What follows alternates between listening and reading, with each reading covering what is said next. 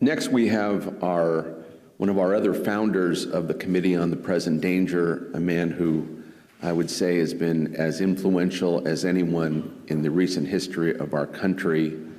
He is a voice for both a new American populism, a new American common sense. He was one of the founders of this Committee on the Present Danger, and someone I'm very proud to call my friend. Steve Bannon is with us here today. Boy, talk about two tough acts to follow. That's absolutely amazing, Chris, the call out that you gave.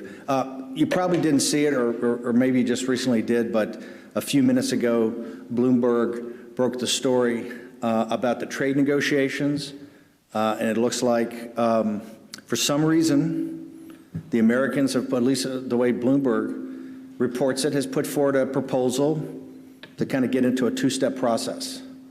The old Chinese Communist Party, trap of doing something simple now and never getting to the main event later.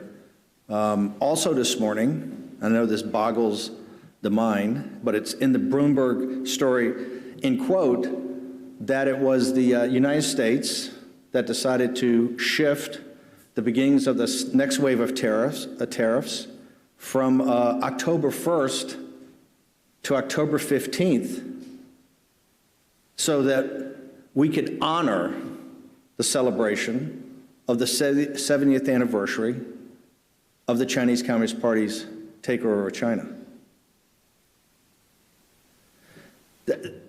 This is why what's happened here today and what the committee's been doing is so important. The American people don't have access to this information. This is not a conspiracy. This is in broad daylight. And I think what Chris just talked about is one of the most important things. The reason that this two-step process is being talked about is supposedly the administration and others on Capitol Hill in this city are worried about a potential recession before the 2020 election. There's a simple way to get the American economy to explode, and that is access to capital to American emerging growth companies. The single biggest problem every entrepreneur will tell you is the lack of bank financing and the lack of equity financing for emerging growth companies. Yet, as our esteemed colleagues have just walked us through in excruciating detail, we have unlimited financing for the Chinese Communist Party and their front organizations. And let's call it what it is. This is not about the Chinese people. The Chinese people are among the most hardworking, decent people on earth. If you want to see what the Chinese people can do with the rule of law and English common law, look at Hong Kong. They took a small fishing village and in 150 years built the third greatest capital market in the world with no resources but their own drive, determination, and grit, and the rule of law.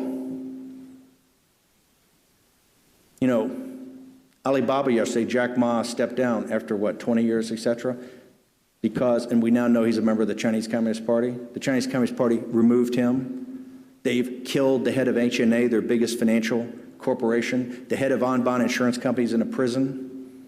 The Chinese Communist Party controls every company in China. They make the decisions. And what we're talking about, the Frankenstein monster that we have to destroy, is created by the West.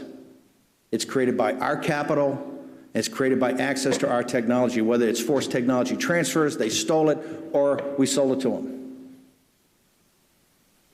As playing out in the streets of Hong Kong right now, these great young patriots, capitalists, who refuse to back down, patriots like in 1776 who will not back down to a tyranny, are fighting for the exact same thing the patriots in 1776 fought for.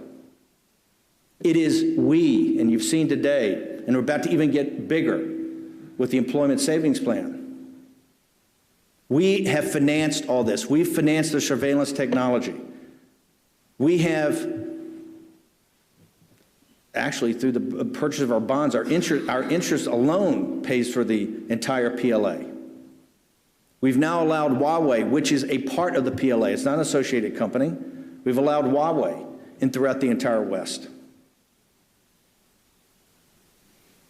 If you didn't know the facts and understand how the system works, you would think this is some Kafkaesque nightmare.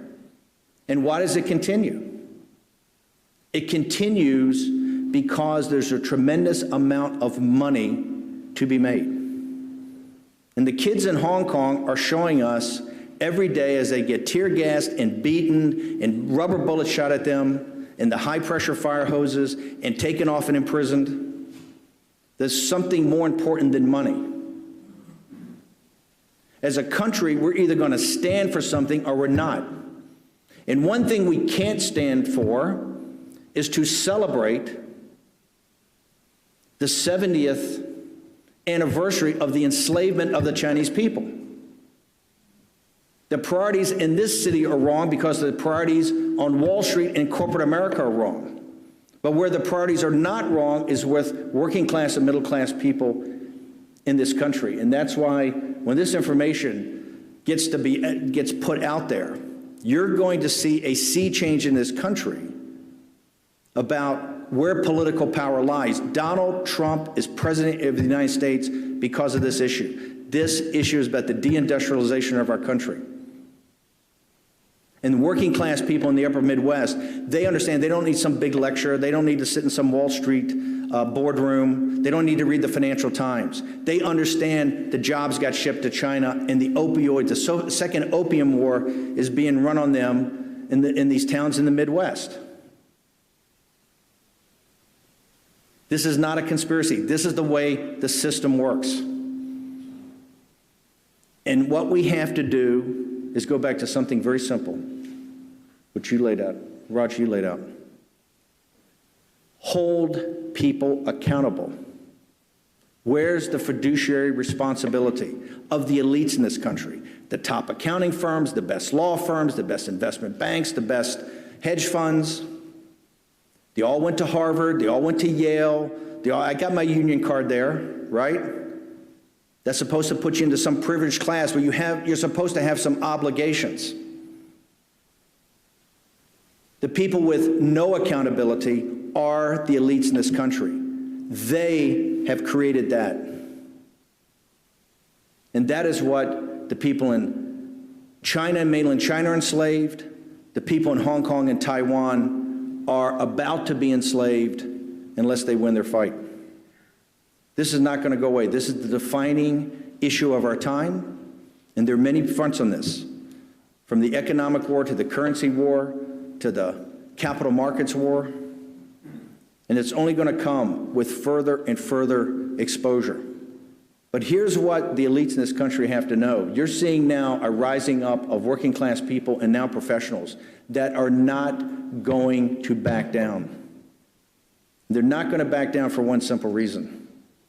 The future not just of our country and the freedom of the Chinese people, but the peace and prosperity of the entire world is going to hinge on this.